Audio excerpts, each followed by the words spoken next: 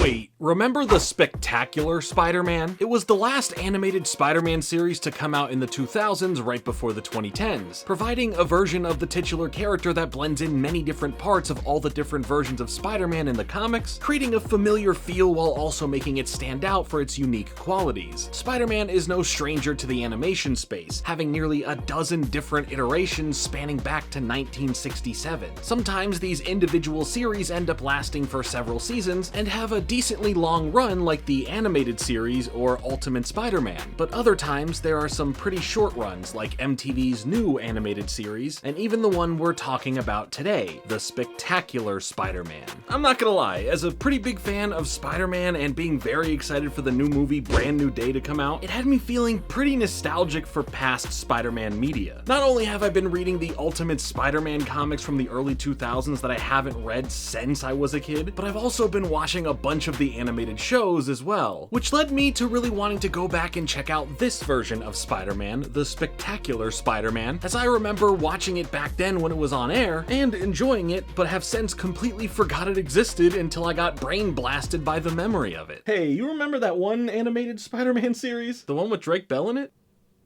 No. Then which one are you talking about? Oh, right, that weird MTV one. No, you've covered that one already. Swipe over. No, the other way. Swipe the other way. Oh, of course. The Spectacular Spider-Man. Should I just play my intro now? You should play the intro now. The Spectacular Spider-Man swung onto the scene in March of 2008 and originally premiered on the CW before going over to Disney XD after the first season. But we'll get to the why of that happening later on. But the Spectacular Spider-Man, in its smaller run of 2 seasons and 26 episodes in total, was able to leave a pretty impressive mark in the legacy of cartoons around this character. Most people who did watch this show, big Spider-Man fans or not, will probably tell you that this is one of, if not the best, animated versions of the character. It's not only that from a general standpoint of knowing the basics of Peter's dual life as a high school student and a superhero, it's really the stuff you don't expect that make this series a lot more special than you'd assume. Here, when following Peter, we enter in on him going into his junior year in high school, where he is still new to being Spider-Man, and this is the first time he is having to juggle his secret identity while also being a student by day and going about his normal teen life. Like most Spider-Man media, this is still a story of Peter having to find that balance in his life during the most unbalanced time a kid goes through. He's having to deal with school, his friends, his future career paths, and having responsibilities, the kind that come with having great power, and then the sacrifices that come when focusing on his Peter life or focusing on his Spider-Man life, which becomes this morality scale of what doing the right thing actually means and what that can cost Peter in the end, which we see great examples of this very early on in the series through having to deal with Dr. Connors turning into the Lizard and having to choose to do the right thing as Spider-Man and stop him from harming others when it looks like to others that he's not around to help, or choosing to focus on other career aspects like getting photos of Spider-Man for the Daily Bugle instead. This isn't something that is built up to be towards the end of the season or series. This happens in episode 3. You'll quickly get the feeling when watching this series that you're just as thrown into everything going on as much as Peter is with this whole dual life going on. It's like you're really in the stressful shoes of Peter as he's going through it and experiencing it. We'll be right back to the Spectacular Spider-Man. Now back to the Spectacular Spider-Man. I think what truly makes this version of Spider-Man so special comes down to 2 things really, and that's 1, how it fundamentally understands Peter and his struggle, and 2, the importance of the relationships of the characters around him. What I mean by that second point is how great every other character is treated as well. Whether they are a close friend or just a villain, we spend plenty of time establishing their place in this world, their reasonings for the things that they do, and you're able to connect to them on deeper levels than just, this is the bad guy because he's doing something bad, or this is just a school bully in Peter's life and that's all his character is. Throughout the main story of the show, Peter has 2 close friends, them being Gwen Stacy and Harry Osborn. I mean, MJ is there too, but she feels more like a secondary character, and I'll speak more about that some more in just a little bit, but dealing with Peter and his friendship to those 2 goes in ways that you both would and wouldn't think. There is this romantic tension between Peter and Gwen that does build up to a point where it feels feels like they would be together, but thanks to Peter getting into a different relationship, the Gwen stuff takes a focus on her and Harry being the ones to become a couple, causing more complications and chaos when it comes to the second season of the show that all leads to an ending that has all of this in a pretty complicated spot. That's without even mentioning what Harry's been going through, dealing with his awful relationship with his father, and how the storyline of the Green Goblin comes into play. If anything, the show really is this deconstruction of how people grow apart during this time before becoming adults, albeit your experience in life won't exactly be like this unless you're,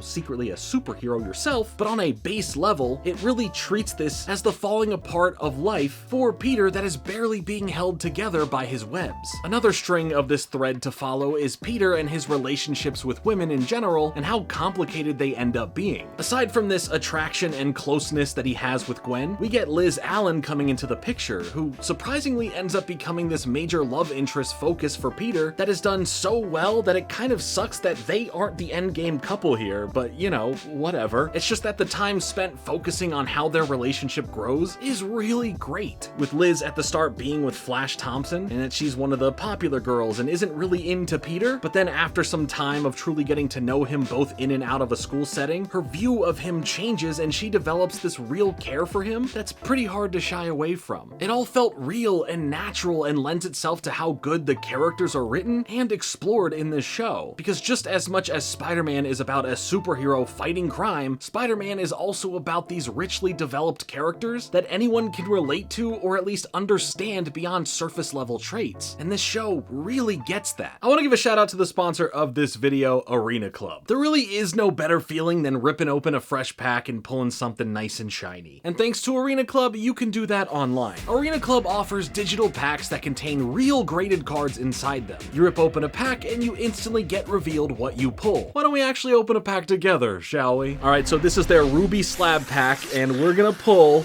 Ooh, okay, that's pretty sick. We got the reverse holo Charizard from Evolutions. A fitting card to pull with the 30th anniversary being this year and this card now being 10 years old because it came out during the 20th anniversary of Pokemon. So that's pretty cool. What's nice is right after, Arena Club will send you an offer to buy that card back from you based on fair market value. And here they are offering me $162 for this card, and that's pretty sweet. I now have the option to either hold on to that card, show it off, auction it, sell it back to Arena Club, or even get the physical card sent to me directly to own. Like this one right here from the last time I opened one of those Ruby Slab packs. Packs on Arena Club start at just $25, with each tier of packs having grails in them worth thousands. There is also no hidden mystery here of what you could pull, as you can see what can be pulled and the odds of pulling them from these different packs right away, all before you open it. Arena Club also does specialty pack drops that are pretty cool, and they're constantly updating them all the time for you to check out. All those drops run for about 48 hours or until they completely sell out of those specialty packs, which can honestly happen in minutes. So make sure to grab 20% off your first slab pack or card purchase at arenaclub.com/fringe and using the code FRINGE. Let me know what pulls that you got, and thank you again to Arena Club for sponsoring this video. As far as anything with MJ, she really just comes off as this side character that is fun to see on screen because she's pretty cool. She has that aura of a character that just needs to come around every so often, say or do something that can mean something to a character like Peter, but isn't this rushed into a romantic fling for him. In fact, outside of the time they end up going to the dance together, this really only ever feels like they're setting up a more adult relationship for them to explore these potential feelings in a college setting post the story of the show itself, which will tie back to something later on. Beyond just his world with the ladies, we get to see how his relationship with Eddie Brock is really looked into, starting off showing that there is somewhat of a closeness between them, having known each other since being kids thanks to both of their parents being in the same plane crash, with Eddie though being a slight bit older as they work together at Dr. Connor's lab. Their connection comes off so much more personal from how they are as technical co-workers, but also through how Eddie changes throughout the series. We start seeing these parallels for who they are as characters and how they handle things, with this becoming a larger focus once Eddie becomes Venom after we go through the initial symbiote arc with Peter, which by the way is handled with so much detail for you to dig into that it probably is one of my favorite aspects about the show. The way Peter deals with getting the fully black symbiote suit and the changes he goes through on a surface level, feeling familiar enough, stuff you've seen before, it's nothing groundbreaking here, but it's in the details that truly make it more special. And no, I mean that literally. The detailing of Peter's suit changes the more lost in the symbiote sauce that he gets, going from what looks like a regular detailed Spider-Man suit that's just black now, to slowly losing the details to make it look more plain and not recognizable as your friendly neighborhood Spider-Man. Aside from that, it's crazy to see how the suit is really taking over him, leading up to this incredible fight scene where Peter isn't doing his usual Peter stuff in it, you know, like quipping, or not being overly brutal in a fight, as we see that he was essentially being sleepwalked by the suit doing all of this while he was asleep. I think all of this was handled brilliantly. Once Eddie is now dealing with becoming Venom, we see how Venom pushes the anger and hatred Eddie has solely in Peter's direction, making him want to get revenge and ruin Peter's life, with him now finding more ways to not just go out and fight Spider-Man, but wanting to make Peter's life a living hell, framing Spider-Man for crimes that he's committing and wanting to expose Spider-Man's true identity as Peter Parker to the world. This is all so built up in great ways that feels like we would have had more of a real payoff if the show were to have gone on to have had a third season to bring in Carnage and start closing Eddie and Venom's storyline, at least for the most part here. Next, stick around for the Spectacular Spider-Man.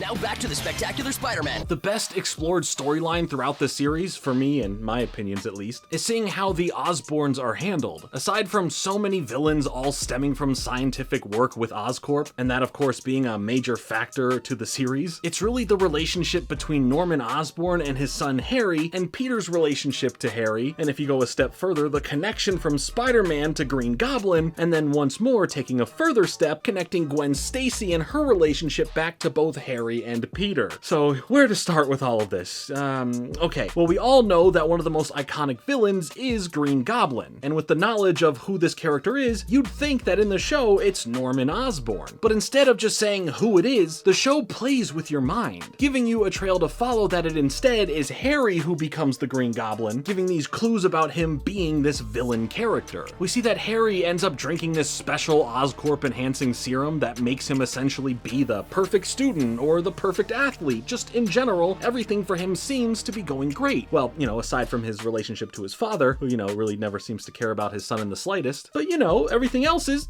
great. And now real quick, aside from the serum being this clue leading into thinking Harry could be the Green Goblin, this was an adapted storyline from the comics about Harry Osborn going through drug addiction, which is kind of crazy to see how well it is adapted to fit a show for a kid audience and never making it feel like it was about drugs at a base level, so bravo. Genuinely masterful work in crafting this. So aside from all that, we get to directly start seeing Harry as Green Goblin, but he never has a memory of it as he blacks out for those periods of time, kind of making it seem like what was happening with Peter in the symbiote. But even when you think you know the answer to how the show will present the truth, even then, the truth isn't the truth, as they will later try to mess with your mind more, only for them to want to mess with it again before it's all over. Yes, I am being extremely vague, but this show is genuinely worth the investment into it. This eventually all plays into the end of the series, or rather the cliffhanger that it's all left on, where the relationship between Peter and Gwen and the relationship with Gwen and Harry comes into play, and it's all very tragic. Like, things in general never feel like they end on a good note for Peter most times, and this show ends no differently, despite having plans that went beyond this. But like I keep saying, it's how well the characters are written that make the show feel so special, because we even get some really cool focus on Flash Thompson, for example, who at first is just this jock bully in Peter's life, but we explore who he really is under the persona he presents himself as. We see through this other relationship he is focusing on that he is someone who ultimately stands up for what is right, someone with strong conviction and morals for what he believes in and lives by. While it really doesn't feel that important to the overall story being told in the show, it's just really cool to see how this is naturally explored on the side. These characters aren't one note, they are multi-layered, and that really makes the world around Peter feel so fleshed out. It allows you to live in this world to understand the personal driven narratives and connections going on, spending time seeing how certain people can be affected by what's going on, or how they end up getting involved and how they feel about it all. All of these stories and characters are handled well enough with the show technically being episodic, but having elements of serialized storytelling. We'll get these contained singular episode stories along with moments or little teases that keep lingering plot points weaving their web throughout the show, allowing you to tune in anytime and not feel like you have to do lots of homework to keep up, while also having great build-ups that lead to pretty great payoffs. I mean, just look how most of the villains in the show are handled. We basically get to see most of the show's rogues gallery from the jump, mostly before they are all considered the bad guy. We get to establish these characters in this world, so when it comes time to know their reasonings for why they are doing what they're doing, we can clearly see all these previous elements that led to that, but still getting the full picture when it comes time to just focus on them. It's not always the easiest thing to create in a way that caters well to both styles of storytelling on TV, but the Spectacular Spider-Man truly does a great job at it. You can pull out as much as you want as a viewer to piece the puzzle together before things happen, but you can also enjoy the moments and surprises as they come all the same, and neither way of viewing takes away from the other. The villains overall, if you couldn't guess based on what I've said so far, are pretty great across the board, aside from some missteps like what they did with Kraven, who can't really seem to catch a break. Anyway, here's my steelbook for the live-action Kraven the Hunter movie. Why do I own this? Aside from how we deal with Green Goblin or Venom, Doc Ock and the surrounding Sinister Six characters all get some pretty cool time to shine here, with Doc Ock probably being up there for one of the best and most surprising characters when it comes to the villains. We do in general get a good look into the criminal underworld of Spider-Man, but not directly thanks to Spider-Man himself, but through the infighting of the different factions that run all different routes of the crime in this underworld as they end up clashing with one another. It really feels like so much thought was put into establishing so many things in this world that aren't directly through Peter's intervention of them. He can be a reason for it as much as he's just a witness as to what's going on. So when it comes to those aspects of the show, it really is pretty interesting, and some of the highlighted moments that stick out for me as a reason for why the show is so good. Of course, another reason, on top of everything I've said so far, is that yes, the action here is pretty solid too. Aside from it being just fun to watch, there is a nice fluidity to how Spider-Man and the villains move around the world and deal blows to one another. I don't know if it's the best action out of every iteration of Spider-Man in the animation space, but it's really sleek and keeps you fairly engaged on what's happening on screen, never getting lost in the shuffle of all the other great elements in the show or pushed aside to just focus on the story. It's a superhero show at the end of the day. It's great to have all these other great things in the show, but come on, you can't skimp on the action, and it's nice that the show truly delivers. Pizza time. Coming up next, the Spectacular Spider-Man.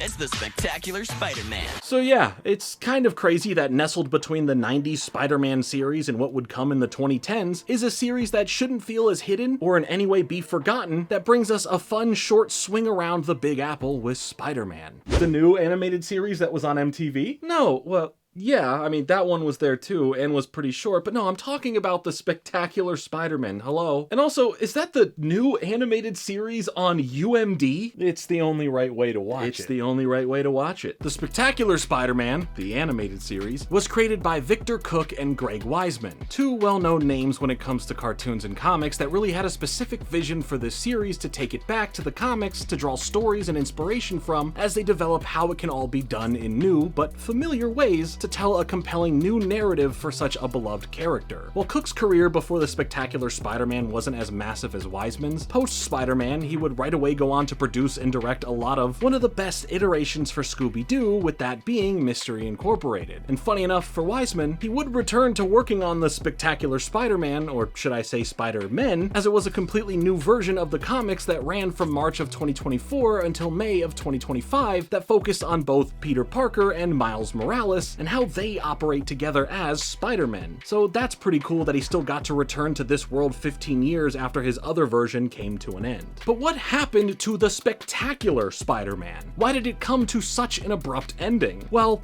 the simple answer is, it was kinda Disney's fault, technically. So while the whole big purchasing of Marvel that Disney was doing was going on that would be finalized before the end of 2009, part of the internal restructuring would end up having the television rights to Spider-Man returned back to Marvel from Sony so that we could see Disney XD being the home of the show's second season. And while all of that sounds fine, a big part of a restructure like this is the same thing that happens when leadership changes at networks and studios. Slates get wiped clean and a new era is focused on. Initially, there was this hope for more Spectacular Spider-Man based on how the ratings would do for the second season and how DVD sales would go, but regardless of what those numbers ever came out to be, the next Spider-Man show was already being thought up, and Spectacular Spectacular Spider-Man would then technically be cancelled. That all really didn't set in until April 13th, 2010, when Marvel announced the next animated version of Spider-Man called Ultimate Spider-Man, and that it was coming within the next 2 years, meaning development on it had already begun. And with this news, Wiseman pretty much took this as the answer to if the Spectacular Spider-Man was officially done or not, saying, "I've heard nothing directly from Marvel, but I think the Ultimate Spider-Man announcement makes it fairly clear that the Spectacular Spider-Man is over." Plus, with the rights to Spider-Man being split up between Disney, Marvel, and Sony, work on the Spectacular Spider-Man and the assets surrounding it could no longer happen. It was just forced to kind of come to an end anyway. This also complicated things with Spider-Man having these crossover moments to other Marvel superhero shows, leading to it being tweaked from it being the Spectacular Spider-Man being involved in them to it being Ultimate Spider-Man who was involved in them. But hey, at least we would get to see this version of Spider-Man once more in animation, this time on the big screen thanks to Spider-Man Across the Spider-Verse in 2023, featuring him alongside hundreds of other Spider-Men, with the same voice actor, Josh Keaton, coming back to voice him once more. While brief, it's a really cool nod to fans of the series to at least get that type of respect and acknowledgement. It just sucks because there was so much more to the show that they wanted to explore in further seasons but never got the chance to. The original plan was to hopefully have a series that would last for around 5 seasons and a total of 65 episodes to fully see Peter's life throughout the rest of his days in high school. Beyond this, even going to the TV movie or straight to DVD movie world where they could focus on like a spring break related story, and more than that, to focus on Peter and the other characters in this world outside of just high school and New York in general. There was a lot looked into and planned for this. Sure, while they may have been pipe dreams to hopefully be able to do, it's always just cool to see the roadmaps in hindsight that the creators had in mind that never got to come to fruition. We could have seen a whole storyline with Carnage that could bring Eddie Brock's Venom storyline back and have it wrapped up in a nice way, or heck, we could have seen more crossover from other Marvel characters like a bunch of different X-Men, the Hulk, Captain America, the Fantastic Four, and more, which all would have led to making the crossovers that Spider-Man would be in on the other shows make sense from a continuity standpoint. Wiseman would have loved to take the story all the way through Peter's time in college to him eventually getting married to MJ through stuff like the DVD movies that would go beyond the series, but yeah, unfortunately, none of this would ever get to be made, and we would only be left with the 2 seasons we got. The Spectacular Spider-Man is really a show that takes from so many iterations of Spider-Man that came before it, and not just from stuff that you could point to from the Sam Raimi trilogy, but more specifically, just going back to the comics, pulling in familiar storylines, but then also not just retelling the same stories. They figured out ways to write this series with the ease of familiarity, only to then fully have you invested when they start twisting and turning where the storylines go. Are you going to get a Peter Parker that is going through so much and you feel the weight of all the pressure that's on him? Yes, very much so. But is everything going to play out in the ways you expect for him and the people around him? Most likely not, as there are genuine shocks and surprises that happen in the series that makes the Spectacular Spider-Man all the more spectacular. I was worried going back into checking this series out that the memories and ideas I already had of it wouldn't hold true thanks to the decade and a half of other Spider-Man media that has come out since that kind of led me to forget this even existed because it was so short-lived. But really, there was nothing to worry about. It felt just as refreshing as it did back then, heck, maybe even more so now. If you've never seen the Spectacular Spider-Man, you owe it to yourself to check it out. Sure, the series does end on a cliffhanger. It does end on a pretty sad note for Peter Parker, but that kind of just happens in the world of Spider-Man. And honestly, even if we never got what they wanted to do for the future of the series before it was canceled, the 2 seasons of the show we did get are incredibly fantastic and are still worth your time to explore. There's just so much to love when it comes to Spider-Man, and this is just another entry into the franchise that really works and connects to the viewers on a deeper level. I would love to hear your thoughts on it though as well, along with what other iterations of Spider-Man are your favorite. From the movies, to the comics, to the video games, to the shows, let me know in the comments below. Well, until I get to go enjoy some more Spider-Man with Brand New Day,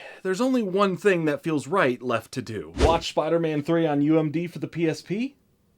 Well, yeah, it's the only right way to watch it. It's the only right way to watch it. Anyway, I've been Jordan Fringe. Thank you so much for watching. Like and subscribe, and until next time, later.